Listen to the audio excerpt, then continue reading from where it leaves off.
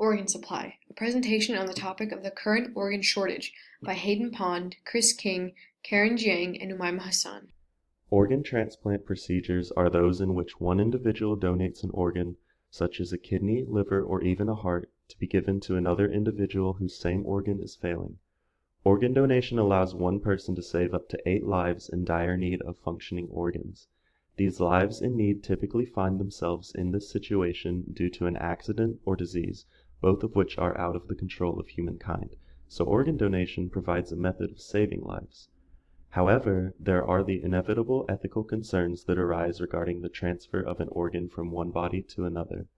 For one, the supply of organs on the market today is far less than what is necessitated by the populations of waiting lists, and that brings forth questions of whether we should seek to increase organ supply, and subsequent questions regarding the allocation of organs. Should incentives be put in place for donors? Should barriers be removed from the donation process? Both or neither? Furthermore, questions about the donors arise themselves, such as the extent to which it is ethical to use live donors and whether consent to donate should be presumed on behalf of the deceased. Statistics show that 81 organ transplants occur daily in the U.S., while over 123,000 individuals wait for a transplant in Texas alone, and 22 people die every day due to a lack of viable organs for transplantation. So while the waiting list for organ donations increase, the number of individuals who die daily from lack of viable organs will continue to increase as well.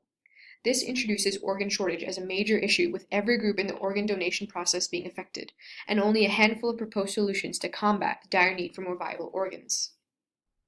The organ donor is the individual who gives up their organ or organs to someone else in need of them.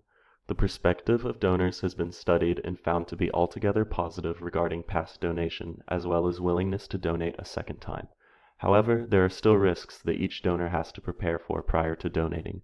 The transplantation risks for donors include the general risks following surgery, such as infection, pain, bleeding, clotting, and other bodily complications. Other risks include repercussions in the realm of mental health, as a failed transplant can take a heavy toll on the donor. Other long-term health risks are still being investigated. The degree of control that donors have over their organs is typically low, but directed donation is a method that allows the donor to request the recipient of their organ. Typically, directed donation occurs between family members or close friends, and can therefore create a sense of obligation for people to donate if their loved one is in need of an organ. However, the opposite side of that coin is that it could also alienate any individuals in need that don't have close friends or family willing to donate for their sake. Naturally, family members find themselves being protective of their loved ones. Therefore, it's no surprise that the families of living organ donors are often hesitant to agree with the decision, especially with the potential health risks associated with transplantation. Reasons for this hesitation, however, can extend beyond pure emotion. For instance, belief can play a major role in determining a family's willingness, as it's against the beliefs of some to donate organs at all, and considered sacrilegious by others to take the organs from a deceased donor.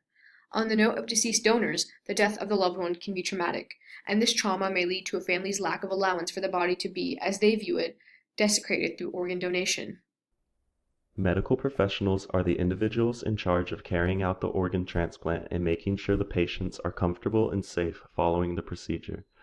The team that takes part in the transplant includes surgeons, nurses, pre- and post-patient caretakers, pulmonologists, anesthesiologists, dietitians, and physical therapists. The medical professionals who participate in the world of organ donation play a crucial role in helping donors make informed decisions regarding transplantation. They provide enough information to give doctors an idea of the associated risks, but not so much that they hinder or bias the decision. However, bias can be found in the doctors themselves, as they have a better idea than anyone else of the utter lack of organs in the donation market today.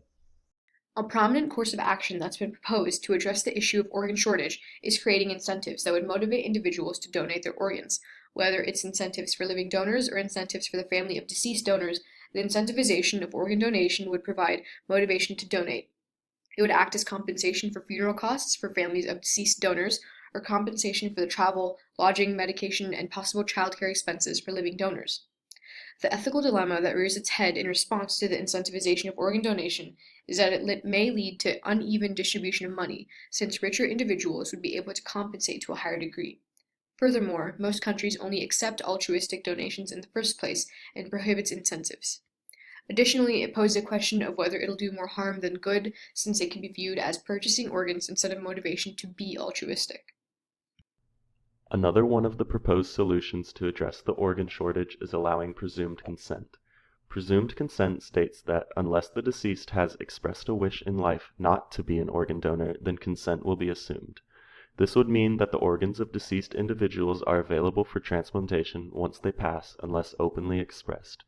The major reason that this would provide such a positive change is that it would see a drastic increase in availability of organs to be donated, and therefore a drastic increase in lives saved through transplantation. However, the ethical dilemmas that come up include the issue that some may see it as a desecration of religion or belief, regardless of the deceased's request in life. It also raises the questions of whether presumed consent will lead to lower quality care towards the end of one's life in order to increase organ supply, and if not saying no really equates to saying yes.